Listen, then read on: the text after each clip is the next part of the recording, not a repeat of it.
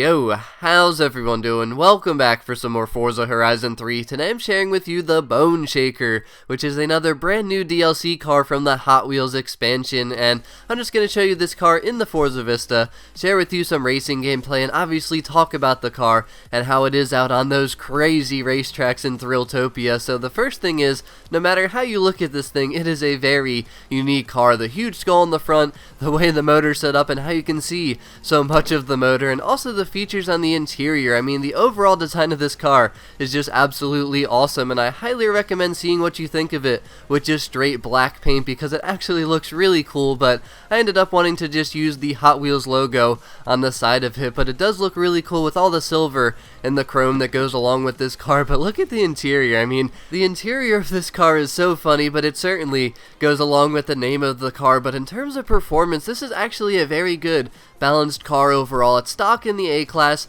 rear-wheel drive, 400 horsepower and torque, and weighs just over 2,000 pounds, so it's very close to the top of the A-Class, and I think it's perfect right at the top of the A-Class. So it's at 797. If you want to, you can easily just put on some very small upgrades to get it to 800 at the very top of the A-Class, but I didn't even do that, and I was very happy with how this thing performs. Even though it's rear-wheel drive and it's very light and makes a good amount of power, the grip is really not bad. It launches pretty good, and the grip going around turns is not an issue at all. With that being said, it turns out that this is also a very good drift car. I had a ton of fun doing the sprint race that I did, because the challenge that you had to do to 3 medal the event was actually to get 15 drift skills. So it was actually a perfect race for this car, because this is a good drift car, but it's also fast, really good acceleration. The top speed is probably the only thing that isn't amazing about this car. It's about 160, I believe, which is not too great for the A-Class, I guess. It's not awful, but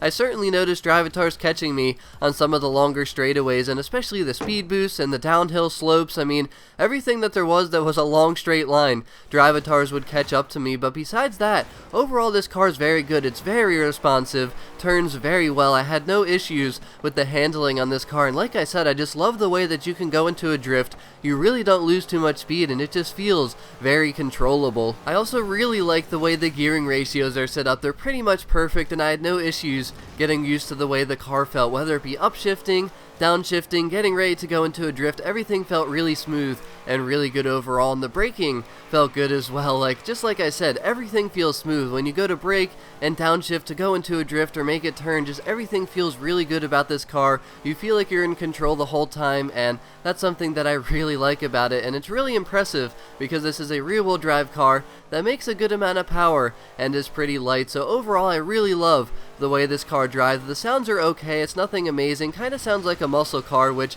kind of goes along with the way this thing looks, and it's just a ton of fun to drive. I had a ton of fun doing this sprint race, and overall I am really loving this thing. But that is all I have to say about this Bone Shaker. Let me know what you think about this car. As always, thank you very much for watching. Have a wonderful rest of your day, and I'll talk to y'all again very soon. Peace out.